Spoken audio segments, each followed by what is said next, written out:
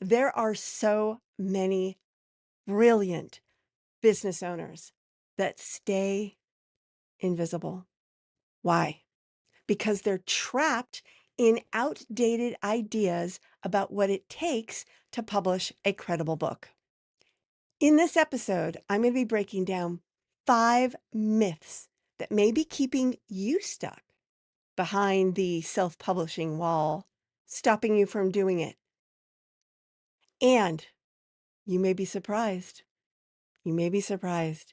If your book is supposed to grow your business, these lies, these myths may be costing you more than you think. Hi, I'm Carma Spence, and I help big thinkers, visionary leaders, and seasoned experts grow their business with books accelerated with the power of AI, ethical AI. If you are watching this video on YouTube, please like this video, subscribe to my channel, and ring the bell so that this video and others like it will get out to more people who want to grow their business with books. So let's get to myth number 1. Self-published means second rate. Now, I will admit, when it first came out, that was pretty much true. There was a lot of swill being published once Pod became, because I had to review some of those books. Ah, oh, there were some doozies. And I will also admit that there are still some self-published books that aren't very good. And there are some that are excellent, but are hiding behind terrible covers, because often when someone self-publishes, they don't know all the ropes. They didn't get help. They try to DIY it. And so they either failed at the editing stage or the designing stage or something like that. But if you know what to do, self-published is just as good as big three published. Real credibility. Now, this is a truth bomb. Real credibility comes from the content, the design, and the positioning. Get those 3 right, you're good as gold. It's not who prints the book. Honestly, it really isn't. Many traditionally published books look and feel cheaper than some well-executed self-published books. Truth. Truth. It depends on the publisher. Yeah. And honestly, I had a friend who went with a big name. I'm not going to name it, but a big name. And the first cover they gave her, oh my gosh, it was hideous. It was like, no one's going to buy this book.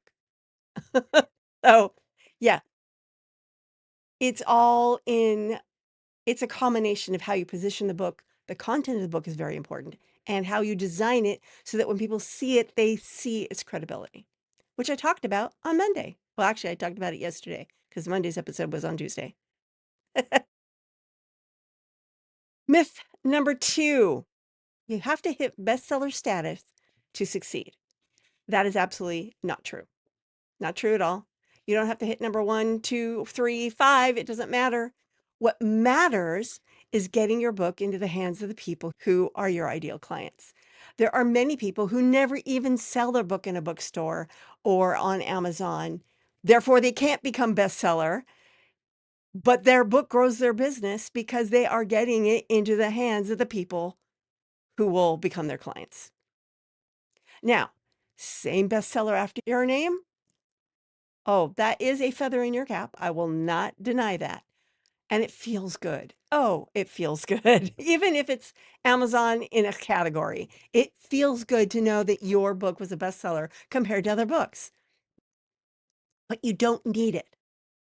It's not necessarily a game changer. It's not necessarily a deal breaker if your book isn't a bestseller. What's always important is getting your book into the hands of your ideal prospects. That's all that matters. And how you do that, there's just so many ways. Some ways is by going on bestseller, but that's not the only way. And often when your book is a bestseller, it gets into the hands of lots of people who will never hire you. They just bought your book because they're like, oh, that looks interesting. I think I'll read it. True statement. Myth number 3.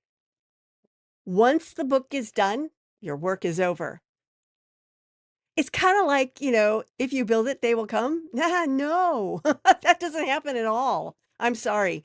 Once your book is published and launched, the marketing really begins. Now you're going to have to market the book continuously, bring it up in conversations on podcasts, bring it up to the media, bring it up in social, always be mentioning your book. For example, I have a book called Serve Up Your Book that's all about marketing in the 5 stages of writing your book. So basically, my philosophy is marketing needs to be baked in from the beginning, and you need to start before you write, continue while you write, continue while you publish, and then can continue until the book is irrelevant.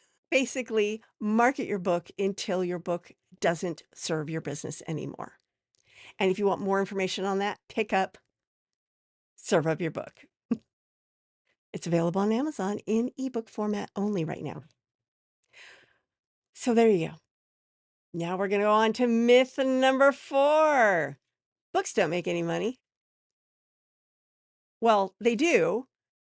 You can make money from royalties, but most people, when they think about money from a book, they think only royalties.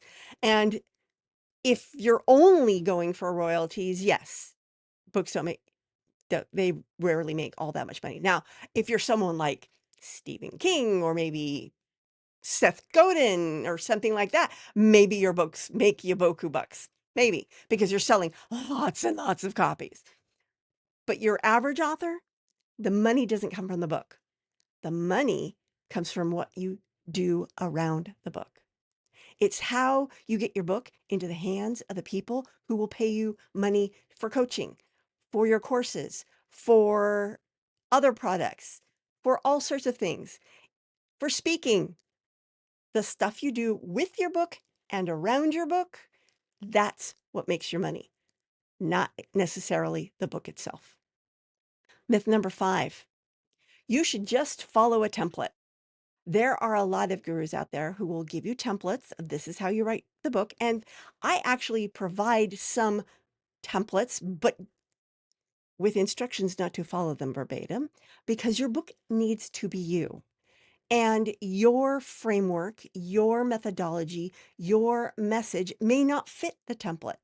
The template is really just a way to get you unstuck so that you can start writing your book.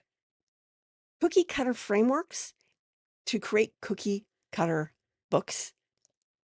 Guess what? They create cookie cutter results, which may or may not work for you and your audience. So when you grab a template and follow it verbatim and just go through the motions without sprinkling that book with your strategic thinking, your critical thinking, your unique perspective, the book's going to give you lackluster results. Your book should reflect your voice, it should reflect your business model, and it should reflect your unique perspective. And no template alone can do that. So there you go. 5 myths that may be holding you back from self-publishing an awesome book that grows your business. I hope you aren't believing any of those. And if you were, I hope you stop right now. If you want, you can drop in the comment which one that surprised you. I would love to hear that. On Friday, I will be back, possibly on my Facebook profile, possibly somewhere else, with 5 things that Harry Potter can teach you about publishing. I will see you then. For now, this is Carma Spence saying ciao for now. Bloopers!